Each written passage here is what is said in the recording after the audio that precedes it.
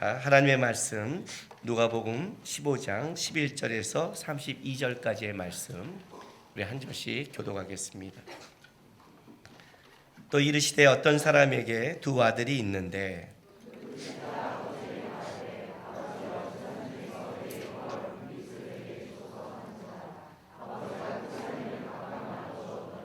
그 며칠이 안 되어 둘째 아들이 재물을 다 모아 가지고 먼 나라에 가 거기서 허랑방탕하여 그 재산을 낭비하더니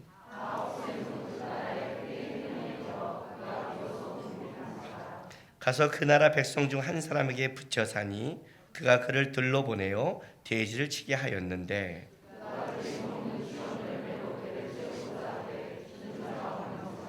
이에 스스로 돌이켜 이르되 내 아버지에게는 양식이 풍족한 품꾼이 얼마나 많은가.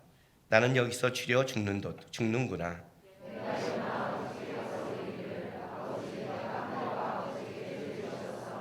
지금부터는 아버지의 아들이라 일컬음을 감당하지 못하겠나이다. 나를 품꾼의 하나로 보소서 하리라 하고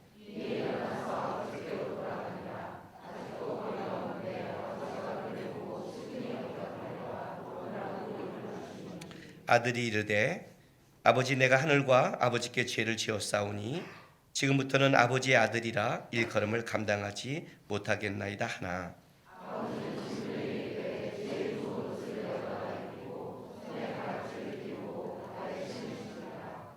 그리고 살찐 송아지를 끌어다가 잡으라 우리가 먹고 즐기자.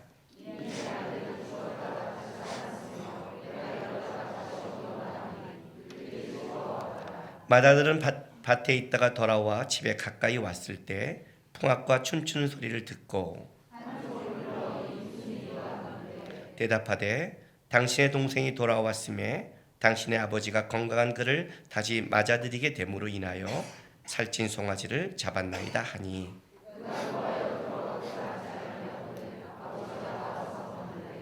아버지께 대답하여 이르되 내가 여러 해 아버지를 섬겨 명을 어김이 없거늘 내게는 염소 새끼라도 주어 나와 내 벗으로 즐기게 하신 일이 없더니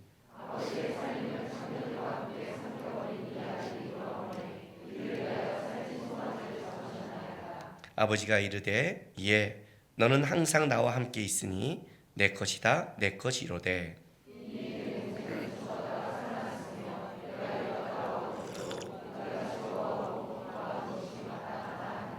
아멘. 오늘 우리가 읽은 이 본문 굉장히 유명한 본문이죠. 돌아온 탕자라는 이제 알려진 본문입니다. 그러나 이제 이 본문의 제목이 돌아온 탕자라고 그러면 우리가 잘못하면 둘째 아들에게 너무 집중될 수 있습니다. 그러나 이 본문은 돌아온 탕자라 이렇게 말하기보다는 잃은 아들을 찾은 아버지가 더 정확합니다. 왜냐하면 지금 앞에 계속해서 잃은 양, 잃은 드라크마, 잃은 아들이라는 비유로 이 잃은 것을 찾는 아버지, 잃은 것을 찾는 주인에 대한 것을 강조하고 있기 때문입니다. 이 탕자의 비유가 이렇게 된 이유는 뭐냐면 일단 둘째가 한 것이 굉장히 드라마틱하죠. 그죠? 드라마처럼 아버지한테 유산을 달라고 이건 막장이잖아요. 우리가 제일 좋아하는 막장 드라마 아닙니까 이게? 그리고 나갔다가 드라마틱한 삶을 사고 돌아오는 그 과정 때문에 이제 탕자에게 집중되고 있지만 오늘 이 본문은 크게 두 부분으로 나눠져 있죠. 왜냐하면 11절에 이렇게 시작하죠. 어떤 사람에게 두 아들이 있는데 라는 두 아들에 대해 얘기하죠. 그 두 아들 중에 첫 번째 둘째 아들 얘기가 이제 12절부터 24절까지 얘기하고 이제 이 아들이 바로 나갔다가 돌아온 그 아들을 얘기하고 25절부터 32절까지가 뭘 얘기하죠?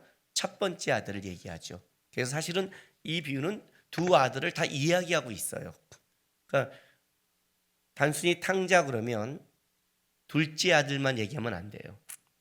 오늘 이 본문을 보면 자식을 키워보는 사람은 느낌이 딱 와요. 한 둘째는 딱 둘째 짓을 했어요. 그지요? 딱 둘째 짓이죠. 머리 팍팍 돌아가고 얘기하고 딱 갖고 나갔다가 또 잘못하니까 어떻게 해요? 둘째들 첫째와 좀 다르죠.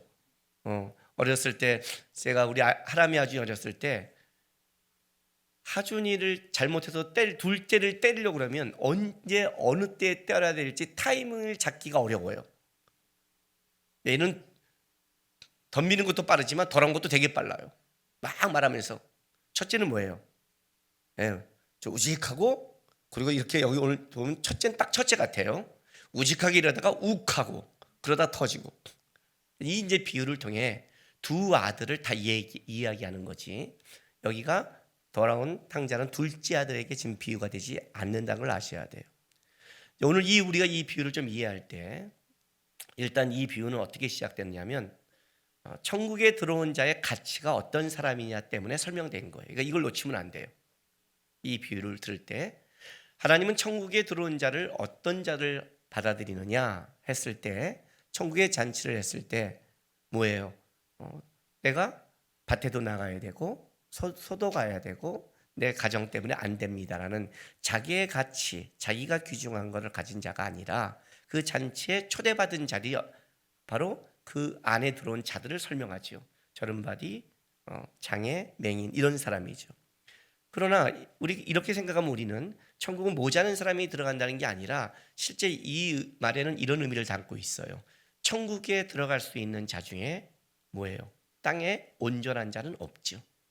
사실 자기 가정이라는 것, 내가 소도 돌보아야 된다는 것, 내 밭에 가야도 간다는 것은 그 사람은 세상 사람 중에서 좀 있을 뿐이지 그들이 더 온전하다는 뜻은 아니에요. 어쩌면 그들은 이 천국의 가치를 바라보지 못한 더 안목도 분별력도 없는 사람이죠. 실제는 천국에 들어온 자들은 다 은혜로 들어온 자들이지 어떤 온전하고 자격이 있는 자가 없다는 것을 설명하고 있는 본문에서 나온 거예요. 이제 그걸 설명하면서 그럼 어떤 자가 천국에 들어오느냐? 바로 그 잃어버린 자를 찾는 아버지, 주인의 은혜와 국률한 마음에서 이것이 시작됐다는 걸 설명하기 위해서 잃은 양, 잃은 드라크마, 잃은 아들의 비유가 시작되는 거예요. 근데 이제 이걸 듣고 있을 때, 오늘 이제 우리 본문에 먼저 여러분 이걸 쭉 들을 때 오해하지 말아야 될 하나의 그거를 머리에 좀 우리가 생각하고 이 본문을 듣겠어요. 왜냐하면 이 본문은 잘못하면 굉장히 이 알레고리가 딱 맞아서 우리가 실수하기 쉬운 본문이에요. 자, 잃은 잃은 드라크마, 잃은 아들에 대한 비유를 누구에게 하시냐면 15장 1절 2절을 보셔야 돼요. 15장 1절에 보면 모든 세리와 죄인들이 말씀을 들으러 가까이 나오니, 그죠? 그리고 바리새인과 서기관들이 투덜거리며 이르되 이 사람이 죄인을 영접하고 음식을 같이 먹는다 하더라. 이 사건 때문에 예수님께서 뭐래요? 비유로 말씀하시는 거예요. 그렇다면 오늘 지금 이 비유를 듣고 있는 많은 사람들은 세리와 죄인, 바리새인과 서기관이 섞여 있는 거죠. 그렇죠? 그러면 자, 둘째 아들은 누구를 이걸 듣고 있을 때, 자, 둘째 아들 얘기를 하면 누가 난 둘째야라고 느낄 것 같아요. 죄인과 세리겠죠. 그죠? 죄인들과 세리들이 들으면서, 왜? 죄인과 세리는 뭐예요? 율법에 관계없는 자들이니까. 율법에 관계없는 자는 천국과 관계없는 자라는 소리를 들었기 때문에 그들이 딱 듣는 순간 어떻게 돼요? 아, 우리구나. 그런데 뭐예요? 받아들여주는구나. 이런 걸 듣겠죠. 바리새인과 서기관은 절대 그러지 않을 거 아니에요. 그러면 자, 바리새인과 서기관들은 어떤 입장에서 들으면 나는 첫째 아들, 둘째 아들. 첫째 아들, 그렇죠? 첫째 아들 열심히 나가지도 않고 아버지 옆에서 아버지의 집을 열심히 돌본 자들.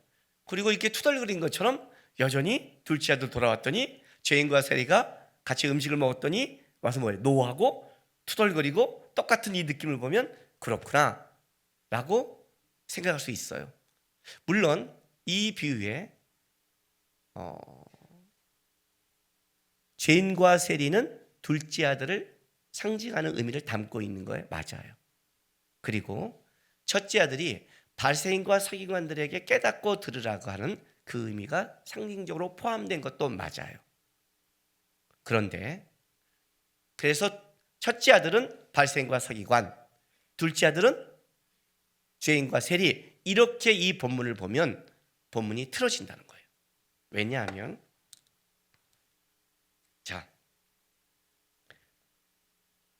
30절, 31절 보세요.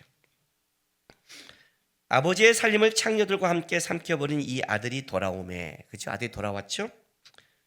이를 위하여 살찐 송아지를 잡으셨나이다 했더니 아버지가 이르되 예, 너는 항상 나와 함께 있으니 내 것이다 내 것이로되. 그죠? 이 동생은 죽었다가 살아났으며 내가 잃었다가 얻었기로 우리가 즐거워하고 기뻐하는 마땅하다 하니라. 이렇게 말하면 참 이런 결론이 나오는 거예요. 바리새인과 서기관들은 뭐예요? 하나님의 것이 다 지 것인 거잖아요. 그럼 바리새인과 서기관들이 실수는 했지만 실제 상을 더 많이 받는 거 아니에요? 그렇죠? 그럼 이렇게 되는 거죠. 바리새인과 서기관들은 야, 조금 이렇게 투덜거려 실수했지만 하나님께 다 지 거네. 그럼 바리새인과 서기관들이 이렇게 의롭다고 생각하고 살아간 게 맞는 거네 라는 결론이 유출되는 거예요. 이해가 되세요? 그래서 비유로 말씀할 때는 의미를 담아야 된다는 뜻이에요. 알레고리로 엮어버리면 틀어지는 부분이 나와요. 물론 이거는 첫째 아들이 바리새인과 서기관들을 깨달으라고 하는 그 포함된 상징은 많지만 그렇다고 그들이 하나님 앞에 더 받는다는 건 아니에요. 뭘 말하고 싶은가? 바리새인과 서기관들은 자기는 하나님 앞에 율법에 가까운 자라고 생각하고 살아왔는데 너희가 놓친 게 무엇인가를 설명하기 위해서 끄집어온 거고, 이렇게 말하는 것이 말한 의미가 무엇인가를 찾아야지. 이거를 만약에 알레고리로 딱 엮여버리면 어떻게 돼요? 또 다르게 만들어버리는 거예요. 이해가 됐어요? 그래서 이 오늘 본문을 볼 때 가장 중요한 건 뭐냐면 이 하나의 본문은 헷갈릴까 봐 예수님이 세 가지 비유를 든 거예요. 잃은 양, 잃은 드라크마, 잃은 아들에 대한 비유. 그래서 뭐예요? 잃은 것을 찾는 주인, 잃은 것을 찾는 여인, 잃은 것을 찾는 아버지의 마음을 해서 일단 잃어버린 것을 찾는 것에 대한 마음을 얘기하는 거예요. 그 얘기를 하는데 잃은 양과 잃은 드라크마에서 가장 강조되는 건 뭐예요? 단순히 잃어버렸다가 아니라 그 잃은 것에 대한 가치가 다르다고 그랬죠. 그죠? 잃은 드라크마를 찾았는데 그 드라크마를 갖고 잔치를 내버리면 배보다 배꼽이 큰 거 아니에요. 내가 5만 원 잃어버려서 찾았는데 50만 원 썼다. 그러면 그걸 찾아요? 안 찾아요? 안 찾죠. 누가 찾겠어요? 그렇지 않겠어요? 바보죠, 그 사람은. 근데 이 사람은 분명히 잔치를 했단 말이에요. 그러면 이거는 우리 보통 사람이 보기에는 5만 원짜리의 가치지만 이쪽 주인에게 있어서는 5만 원이 넘는 500만 원짜리에 갇힐 수 있는 거죠. 우리가 어떤 물을 할 때 다르잖아요. 똑같은 반지라 해도 유품은 가치가 다르죠. 그거는 하나의 돈으로 평가한 게 아니라 내가 부모로부터 받은 은혜와 사랑이 그 안에 담겨 있는 거니까. 그런 가치를 얘기하는 거예요. 그래서 일단은 잃은 양과 잃은 드라크마에서 가장 중요한 건 뭐예요? 바로 천국에 들어온 자의 가치가 너희가 보고 있는 죄인과 셀이 너희의 눈에 세상적인 가치로 본다면 너는 실수하는 거다. 실수하는 거다. 지금 그 얘기를 하고 있는 거예요. 그리고 나서 이제 잃은 아들로 가면서 그 가치를 어떤 가치로 보고 있냐는 아버지의 마음을 더 드러내는 게 오늘 잃은 아들의 비유예요. 아시겠어요? 이걸 갖고 이제 둘째 아들을 조명하고 첫째 아들을 조명해야 되는 거예요. 무슨 탕자의 비유를 하는데 이 서론이 이렇게 길어요. 그죠? 벌써 여러분들이 오전에 못 집으신 잠이 슬슬 임하기 시작해요. 이 드라마틱한 본문을 가지고 저도 그렇게 드라마틱하게 그냥 끝내버리고 돌아오십시오 하고 하면 편하지만 그러면 본문이 꺾이기 때문에 하는 말이에요. 자, 그리고 봅시다. 둘째 아들과 첫째 아들을 이제 비교시켜 드릴게요. 자, 12절. 그 둘째가 아버지께 말하되 아버지여 재산 중에서 내게 돌아올 분깃을 내게 주소 하는지라. 아버지가 그 살림을 각각 나누어 주었더니 그 며칠이 안 되어 둘째 아들이 재물을 다 모아 가지고 먼 나라가 거기서 허랑방탕하여 그 재산을 낭비하더니. 이렇게 이제 둘째 아들을 얘기하는 거예요. 일단은 굉장히 싸가지가 없는 아들이죠. 부모의 유산을 달라는 것은 부모를 죽기를 기다렸다는 뜻 아니에요. 그잖아요. 그러니까 이건 굉장히 못된 아들이죠. 못된.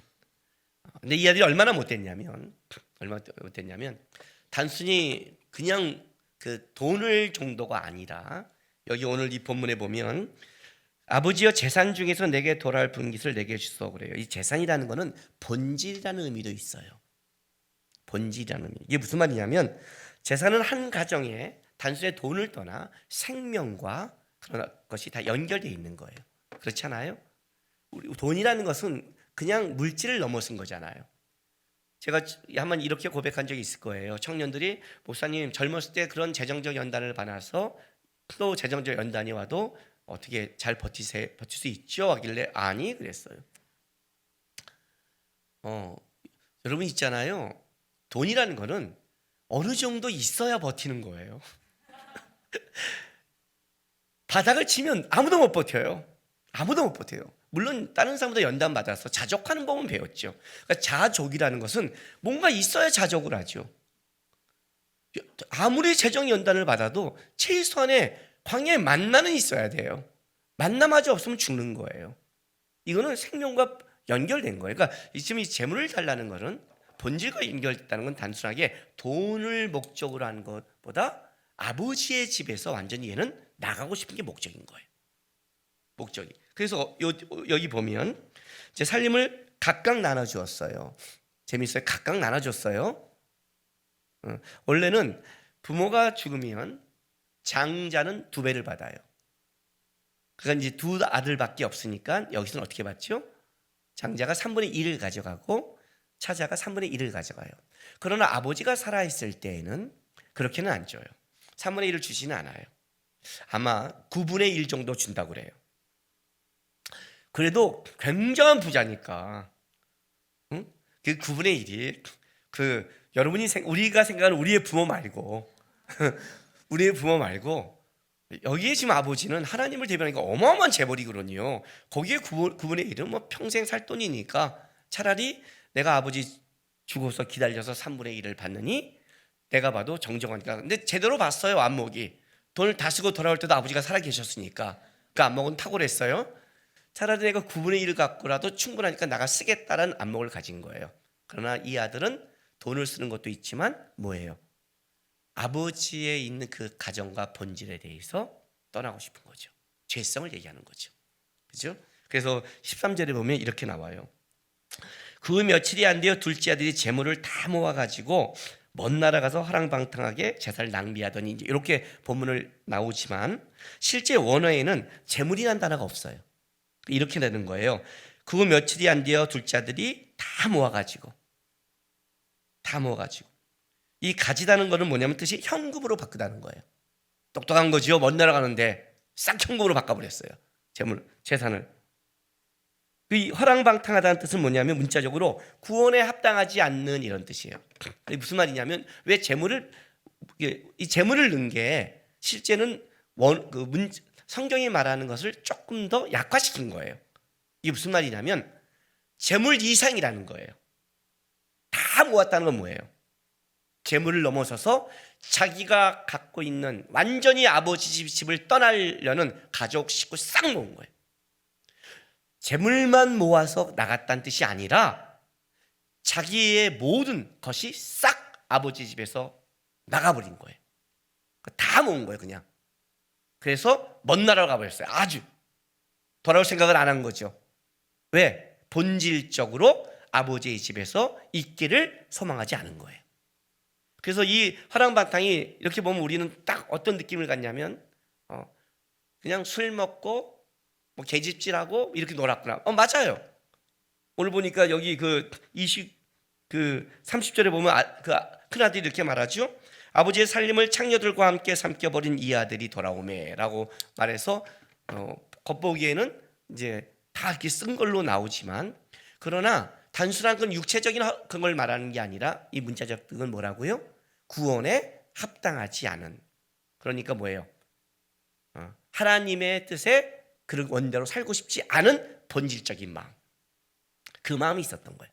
그래서 탕자라는 거예요. 돈을 써서 그런 문제가 아니라 그래서 탕자라는 거예요. 성경에 방탕하다는 뜻이 뭐라고 그랬어요?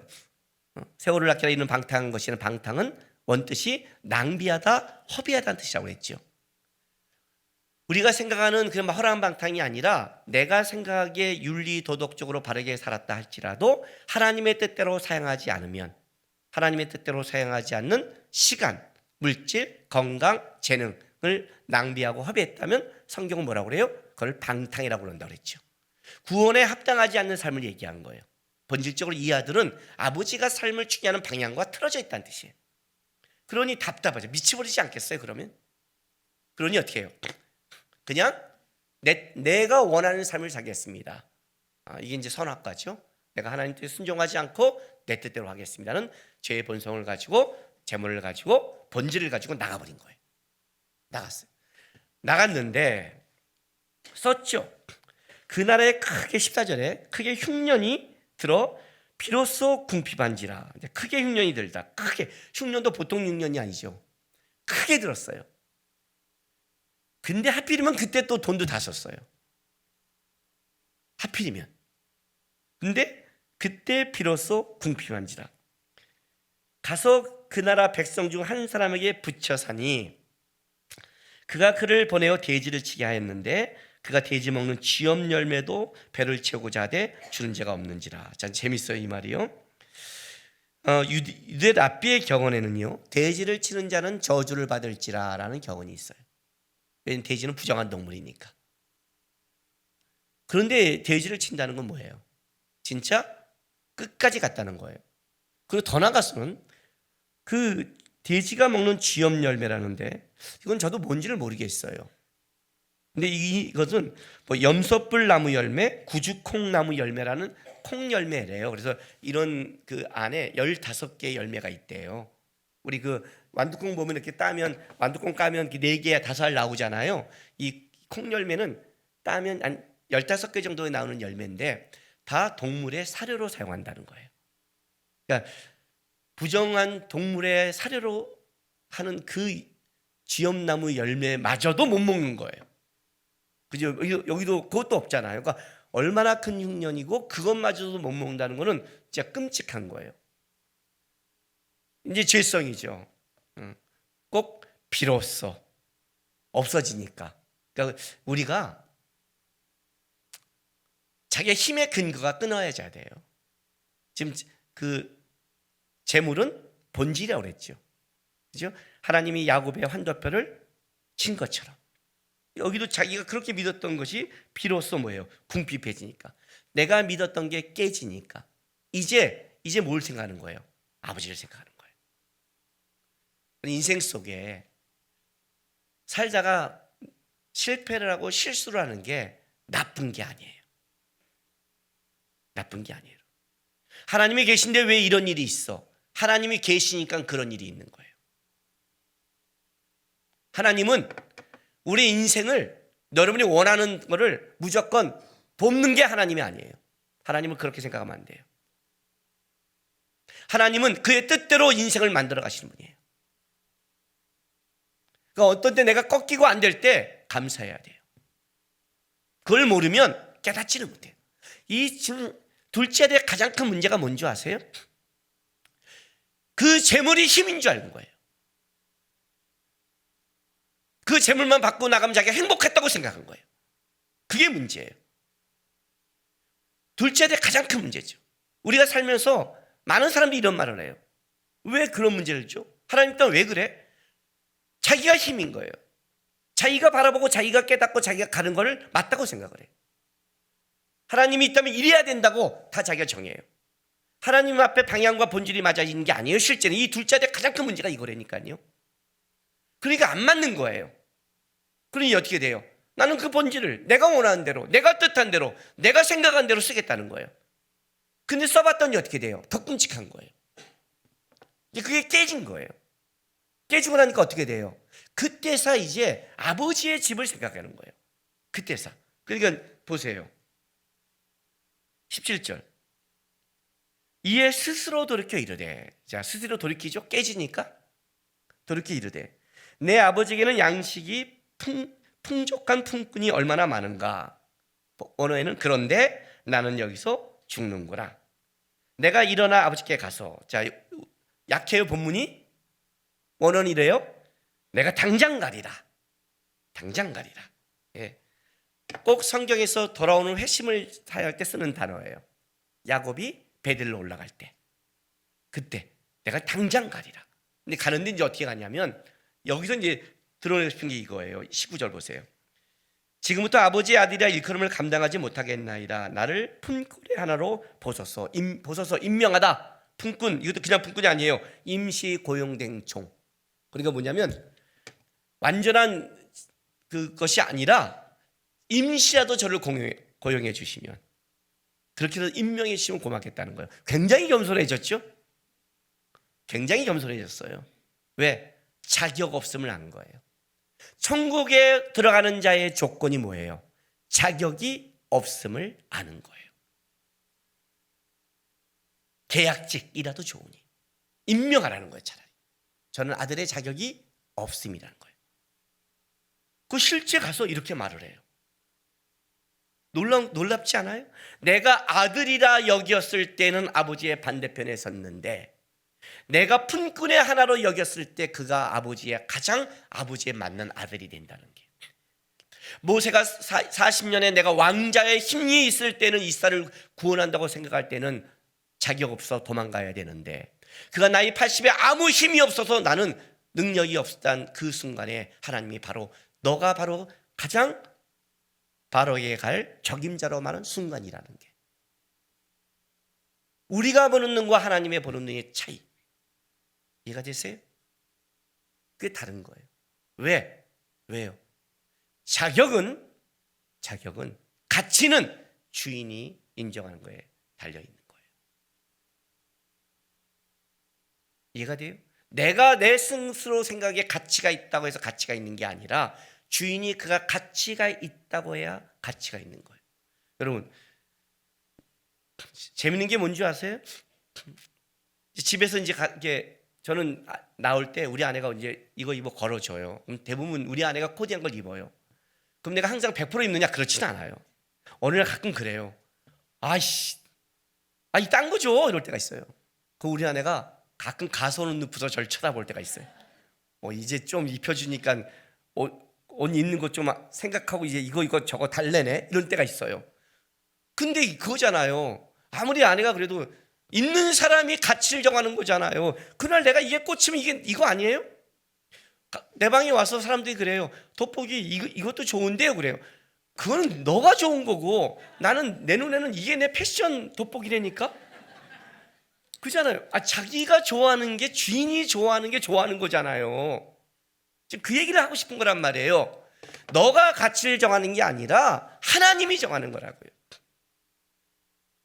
왜 이걸 모를까? 그죠? 제가 신대원 다닐 때 성적이 좋아요. 참 좋아요. 그 좋다는 건 어떤 뜻이냐면, 내가 공부한 양에 비해 성적이 너무 잘 나와요. 이게 기가 막힌 거예요.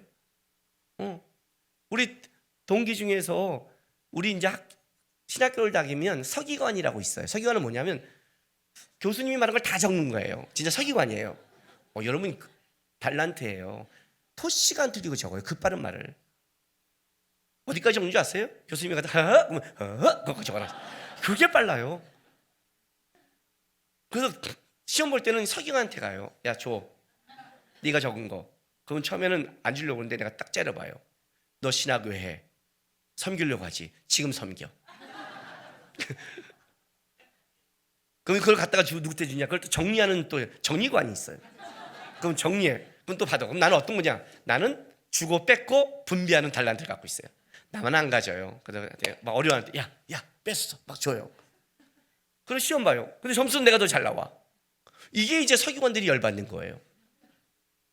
왜 내가 점수가 잘 나온 줄 알아요? 나는 시험 볼 때 항상 1분 동안 말했지요. 교수님을 채점관을 묵상한다고. 시험이잖아요. 시험은 내가 원하는 걸 쓴 게 아니라 시험하는 자를 보고 써야죠. 이분이 서론본론 결론을 좋아하면 나는 서론본론 결론. 이분이 줄 긋는 걸 좋아하면 중요한데 줄 긋고. 이분이 짧게 쓴 걸 좋아하면 분명한 것. 그리고 이분이 길게 쓴 거 하면 무조건 2장. 무조건 2장을 채워요. 긴 거 좋아하면. 그리고 결정적인 것.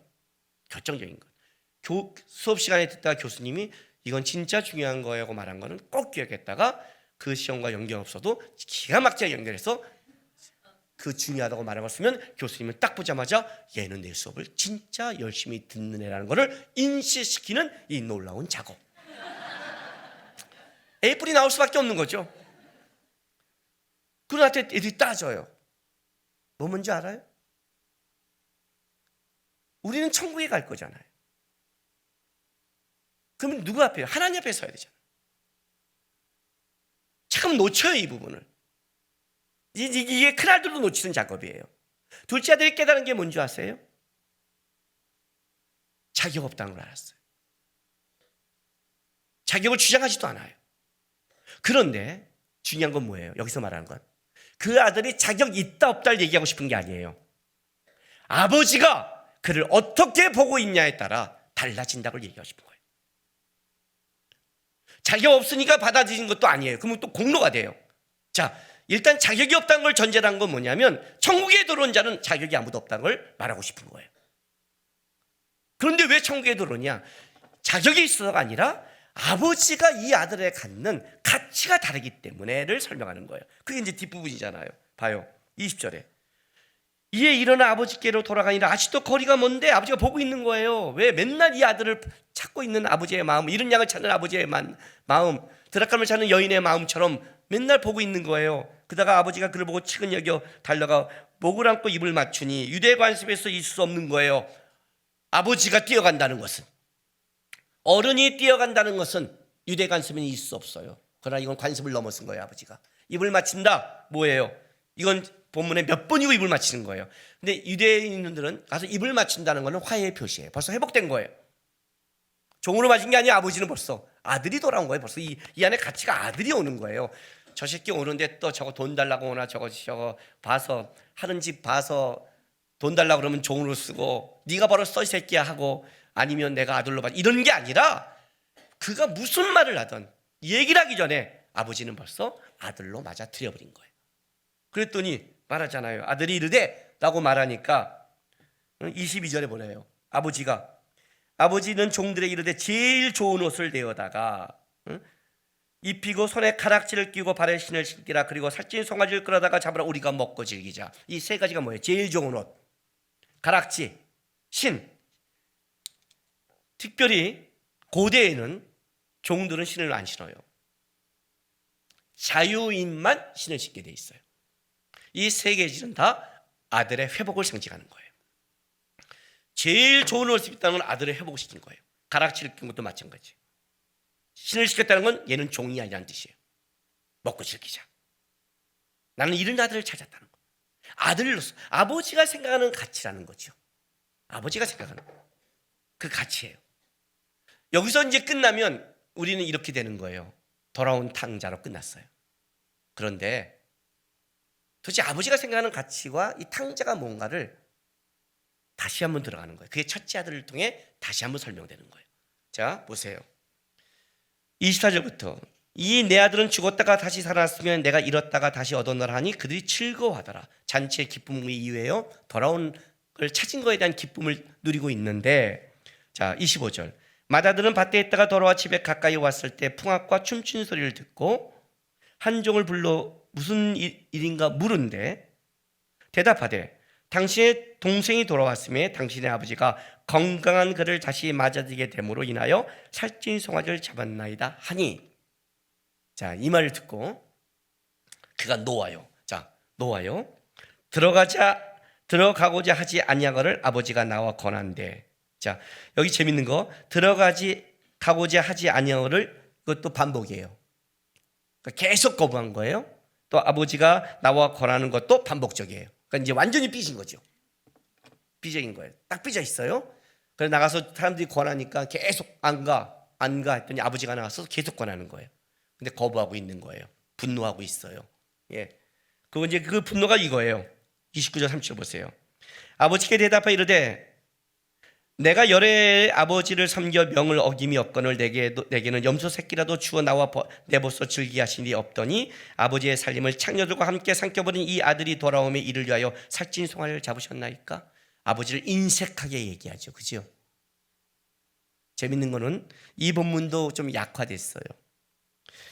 원문에는 이렇게 나와요. 29절 보세요. 아버지께 대답해 이르되, 뭐냐면 보세요 그래요.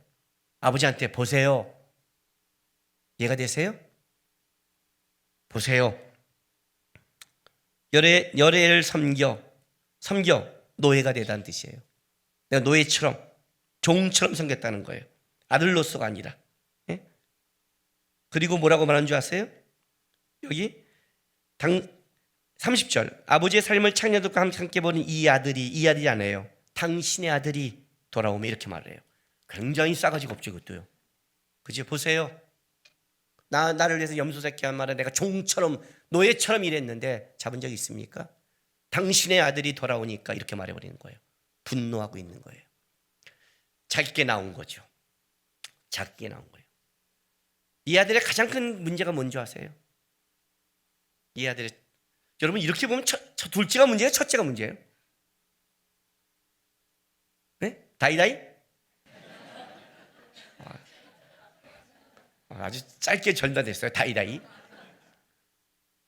누가 더 문제 같아요? 여러분 있잖아요.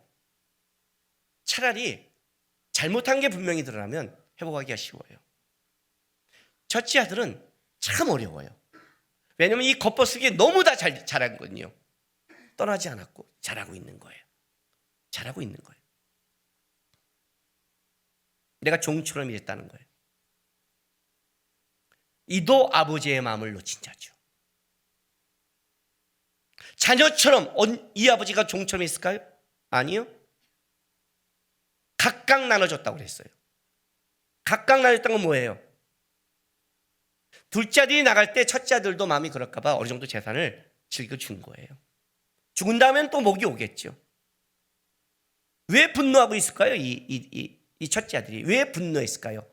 얘가 안 오면 전체 재산이 내 것이 될 건데 왔으니까 가지니까. 아버지의 기쁨이 뭐예요? 종이 뭐라고 그래요? 건강한 아들이 돌아왔으니까 건강하게 돌아온 게 분노가 돼요. 얘도 지금 뭐에 빠져 있어요? 둘째도 재산 때문에 나갔다면 사실은 첫째도 재산에 빠져 있잖아요. 똑같잖아요. 보는 게 실제. 하나는 그걸 말하고 가져갔을 뿐이고 하나는 뭐예요? 어쩌면 더 큰 욕심 때문에 버틸 수 있는 거죠. 그러나 그 마음이 아버지를 즐겁게 섬기고 아버지 것을 가는 것이 아니라 그도 재산 속에 빠져 있으니 나에게 염소 하나 안 준 것, 얘를 위해 아버지의 재산으로 아버지가 쓰는데 뭐가 문제돼요? 이 소가 나가는 게 아까운 거죠. 이놈이 돌아가지 않고 살았으면 이건 내 거라는. 사실은 그 안에 더 큰 욕심을 갖게 되는 거 아니에요. 실제는 이 문제잖아요. 아버지의 마음을 놓친 거 아니에요, 솔직히. 우리는 어디에 가까울까요? 우리는 첫째에 가까워요. 자, 보세요. 31절. 아버지가 이르되 예, 아주 애정을 담아 부르는 표현이에요. 보세요. 당신 아들 이렇게 말했는데 아버지는 저 같으면 일단 맞자 하고 시작할 텐데 예, 다정하게 예. 응? 너는 항상 나와 함께 있으니 내 것이다 내 것이로되 내 이 동생은 죽었다가 살아났으면 내가 잃었다가 얻었기로 우리가 아니라 원문은 우리가 아니라 너가 즐거워 기뻐하는 것이 마땅하지 않냐라고 마무리 짓는 거예요. 자, 이 표현은 이제 여기서 이해를 해야 돼요. 내 것이다 네 것이구나. 이 표현을 왜 썼는지를 아셔야 돼요. 이 표현을. 우리가 정당할 때 제가 조심하라고 그래요. 내가 옳고 바를 때 조심하라고 그래요. 그죠? 수없이 한 얘기죠. 언제 가장 무서운 칼을 빼냐? 내가 바르고 옳을 때다. 근데 여러분 이걸 아셔야 돼요. 이 칼을 가장 날카롭게 뽑을 때가 언제냐면 내가 옳을 때인데 상대가 완전히 틀렸을 때예요. 이때가 제일 무서워요. 나는 100% 옳고 상대는 100% 틀렸을 때예요. 둘째 아들과 첫째 아들을 잃을 경우에 가장 세요. 나도 옳은데 얘도 그래서 좀 오라 그러면 좀 얘기가 달라요. 근데 상대는 100% 잘못했어요. 진짜. 얘는 자기 스스로 자격이 없는 걸 알고, 그죠? 누가 봐도 없고 난 누가 봐도 옳을 때가 이때 문제가 되는 거예요. 이때 우리는 뭐가 문제가 되냐면 이 가장 못한 자가 돌아오고 하려는 거에 대한 우리는 무시가 들어가요.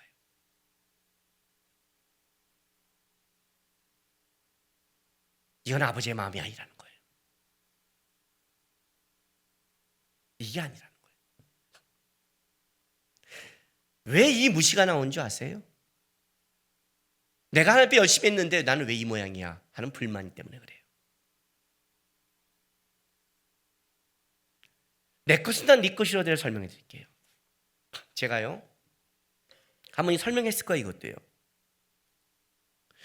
청년 때 교회를 여태까지 봉사를 싸가지 없이 막 하던 애가 은혜를 받았어요.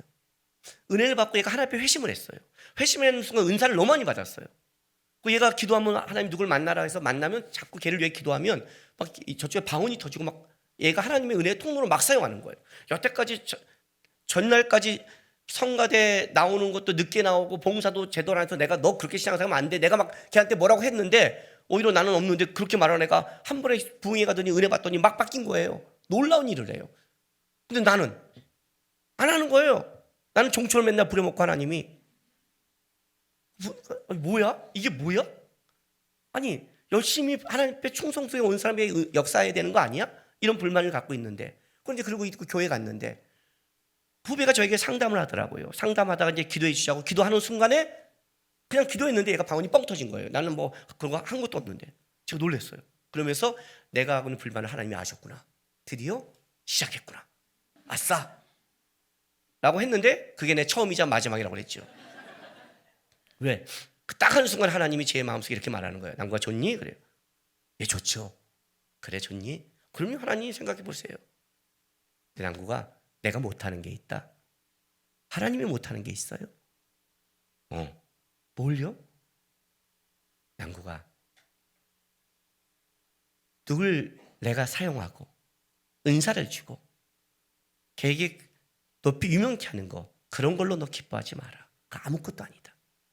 내가 지금 어떤 사람을 찍으면 걔에게 은사와 능력과 모든 걸 줄 수 있고 유명케도 하고 다 쓸 수 있다. 그게 상급이 아니다. 그게 하늘에서 내가 인정하는 기준이 아니다. 알아요? 내가 죄인으로 선지자로 했다. 귀신 줬다. 아니다. 그건 내가 지금도 부흥을 할 수 있는 거니까 걔게 아니다. 내가 못하는 게 뭔지 알아? 뭔데요, 하나님? 너가 10년 동안 내 앞에 예배드린 것, 말씀 읽고 봉사하고 순종한 것 지금 바꿀 수 없다. 난 그걸 값지게 여긴다.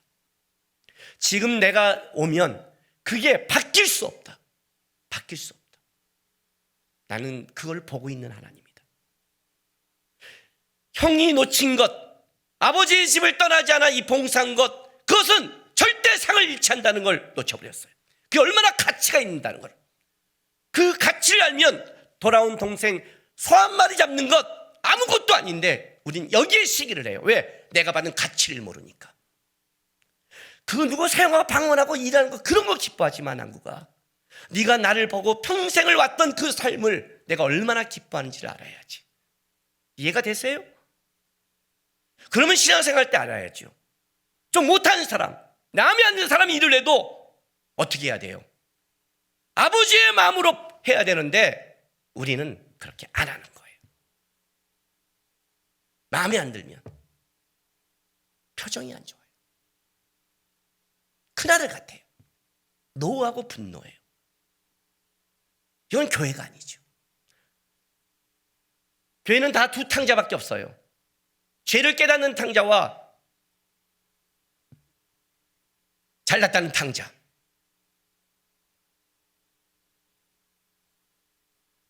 잘났다는 탕자 되지 마세요. 이해가 되세요? 둘로스에서 전쟁을 갈 때 총무를 세워요. 총무가 쓰면 총무가 완벽하지 못해요. 부족함 세워요. 그 밑에서 난리가 나요. 어떤 때는. 근데 우리 원칙이 있어요. 끝나고 나서 조언을 하되 절대로 편 들어준다 해요. 앞에 사람이 있으면 편을 들어줘야 돼요. 누가 얘기를 하면 잘 들어야 돼요. 여러분 세상에서 제일 기분 나쁜 게 뭔지 아세요? 앞에서 일하려고 얘기하는데 그 앞에서 비웃는 거예요. 그건 진짜 나쁜 거예요. 그건 진짜 나빠요. 차라리 가서 나는 이게 방법이 아니라고 생각한다. 얘기하고 아니면 돌아오길 기도하고 그게 훨씬 더 나아요.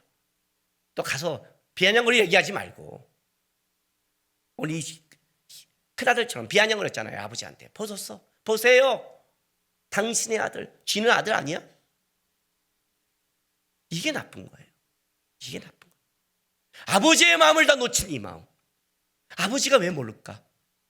너가 여태까지 충성한 걸 아버지가 모를까? 하나님이 어떤 분인데 하나님은 그렇게 모를까? 그래서 우리가 이 세상에서 억울한 일을 당하고 이해 못해도 갈 수 있는 건 뭐냐면 우리 하나님이 알고 있다는 거예요. 알고 있으니까 가는 거예요. 이해가 돼요? 지금 보기에 그것이 억울해 보일 수 있어요. 그게 지금 보기에 안 될 수 있어요. 아니요. 종처럼 하지 마세요. 자녀처럼 하는 거예요. 아버지는 누구나 동일하게 살아가는 거예요. 그 얘기를 하는 거예요. 내가 왜 모르겠니? 이놈아, 내가 기뻐하는 거는 그런 게 아니야. 이런 아들을 찾았잖아. 왜 그러니? 너가 여가 섬긴 그걸 내가 왜 모르니? 다 네 건데, 다 내가 알고 있는데 왜 그걸 모르냐? 이 마음을 놓치니까 다 못 참고 조잡해지는 거예요. 하나님의 마음을 놓친다면 거기서부터 탕자가 시작돼요. 얼마나 일을 잘했느냐 안 했느냐를 하지 마세요. 얼마나 교회에서 내가 봉사 잘하느냐 그걸 따지지 마세요. 여러분의 마음속에 아버지의 마음을 놓친다면 그때부터 탕자가 시작되는 거예요. 아버지의 마음을 가지세요. 아버지의 마음. 교회는 죄인들의 집단이에요.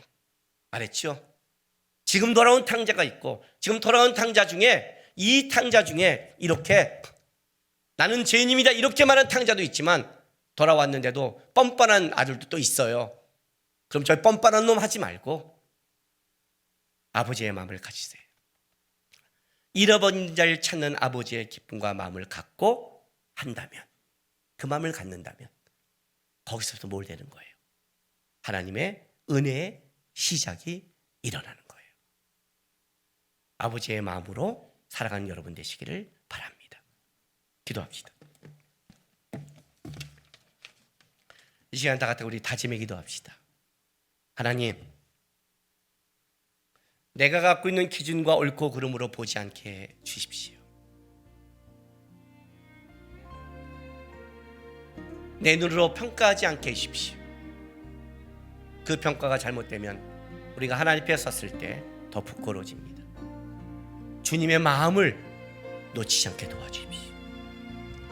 하나님의 마음을 평생 품고 가게 도와주십시오. 우리 시간 다 같이 다짐의 기도하겠습니다. 기도하겠습니다.